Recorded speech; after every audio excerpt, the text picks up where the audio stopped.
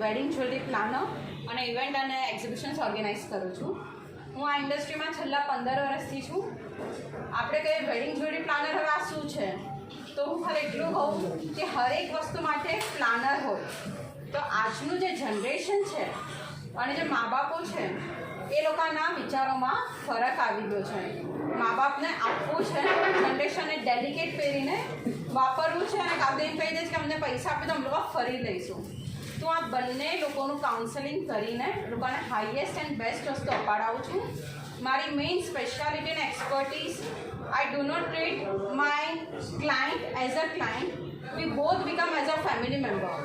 અમે લોકો એવી રીતે ફેમિલી મેમ્બર્સ બની જઈએ છીએ કે લોકોના ફંક્શનમાં આવવા જવાનું. એટલે મારા માટે જ્વેલરી સેલ કરવું નથી, મારા માટે જ્વેલરી અપાડાવી અને લોકોને જ્વેલરી છે ઇમોશન, તો એ લોકોના ઇમોશન્સને જાણીને એ લોકોને હાઈએસ્ટ એન્ડ બેસ્ટ વસ્તુ અપાડાવું છું.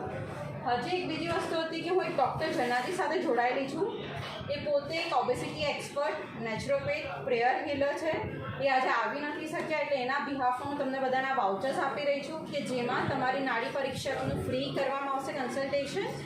અને એક આપણો એક ઓનલાઈન એ લોકોને એક ઇવેન્ટ આવી રહ્યો છે 21 તારીખના થર્સડેના, હેપી લિવિંગ કરીને. લાઈફમાં આપણે બધા મેકેનિકલ લાઈફ જીવે છે, તો કેવી રીતે તમે તમારી લાઈફને સ્ટ્રેસ ફ્રી અને ક્રિએટિવ વેમાં જીવી શકો એનો આખો એ વખતે ઓનલાઈન પીઆઈટી આપવામાં આવશે. તો બધા જરૂરથી અટેન્ડ કરજો. અને એક આ વાઉચર્સ છે જે વેડિંગ ડેસ્ટિનેશન જ્વેલરીનું છે, જેમાં એક્ઝેક્ટ તમને સમજો ને કે હવે ભાઈ તો છે જ. અને હું ખાલી એટલું એક કહીશ, જ્વેલરી એપલ્સમાં પણ ઘણી બધી વેરાયટી હોય છે.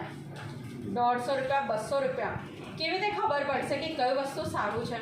તો સેમ જ્વેલરીમાં પણ છે ને, ઇમિટેશન જ્વેલરીમાં ખાસ પ્લેટિંગ પર આખો છે. તમે કેવું પ્લેટિંગ ચડાવો છો એના પર એની પ્રાઇસ નક્કી થાય છે. એટલે આવો, વાપરો અને જાણો તો તમને ખબર પડશે કે કઈ ક્વોલિટી ક્યાં શું મળી રહ્યું છે. બાકી ખાવામાં, દેખાવામાં બધું એક જ લાગશે. આ રીતિ ફેશનના વાઉચર છે, 50% ડિસ્કાઉન્ટ તમને આપવામાં આવશે.